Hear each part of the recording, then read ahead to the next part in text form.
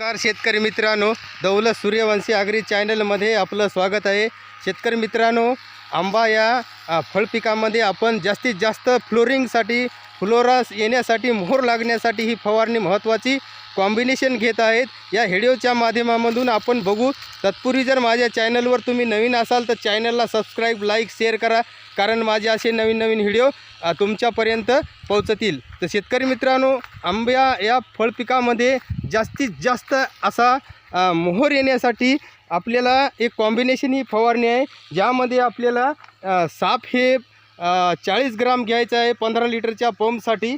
त्याच्यानंतर हे आळे आणि किडीचा प्रादुर्भाव आढळून येऊ नये त्यासाठी आपल्याला व्हिमामेक्टिन हे EM हे आपल्याला 5% EC असलेलं हे 20 ग्राम घ्यायचं आहे 15 लिटरच्या पंपसाठी।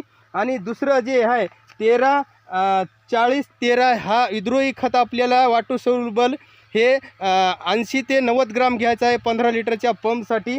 आणि दुसरं हे सिलिकॉन बेस आपल्याला उत्कृष्ट पानं राहावं आपल्या आंब्याचे, त्याच्याशी आपल्याला हे ॲक्टिव्ह नेट्स हे आपल्याला सिलिकॉन बेस असलेलं हे स्टिकर आपल्याला 6 ml घ्यायचं आहे 15 लिटरच्या पंपसाठी। याचं कॉम्बिनेशन करून आपल्याला ही फवारणी करायची आहे, कारण या फवारणीच्या माध्यमामधून जास्तीत जास्त आपल्या आंबा या फळपिकामध्ये अशा प्रकारे जे फुलधारणा आहे ही फुलधारणा जास्त व्हावी, त्यासाठी आपल्याला ही कॉम्बिनेशन फवारणी करायची आहे। तर आपण प्रत्यक्ष बघू शकता, या ठिकाणी हा जो बाग दिसतो तुम्हाला, हा केशरचा बाग आहे। आपण या ठिकाणी प्रत्यक्ष फवारणी करीत आहेत, तुम्ही बघू शकता। या ठिकाणी ही कॉम्बिनेशन फवारणी खूप महत्त्वाची आहे, कारण आपल्याला जर आंबा या फळपिकामध्ये जास्त प्रमाणामध्ये जर उत्पन्न घ्यायचं असेल तर अशा प्रकारे आपण फवारणी करायची आहे। जर आळी आणि किडीचा जर प्रादुर्भाव आढळून येण्यासाठी आपण या ठिकाणी व्हिमामेक्टिन हे वापरलेलं आहे।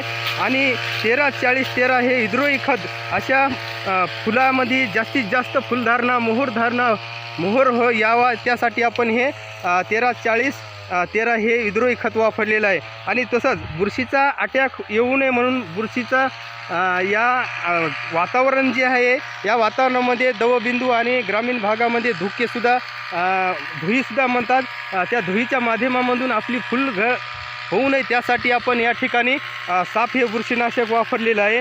आणि सिलिकॉन बेस हे स्टिकर आपले जे पानं आहेत याचे जे लीफ आहेत हे लीफ अतिशय उत्कृष्ट राहावं, कारण यामधून प्रकाश संश्लेषण उत्तम दर्जाचं जर झालं तर आपल्या आंबा या फळपिकामध्ये आपल्याला जास्तीत जास्त मोहर घेता येईल, उत्पन्न घेता येईल, मोहर निघेल। अशा प्रकारे आपण ही फवारणी कॉम्बिनेशन करायला पाहिजे।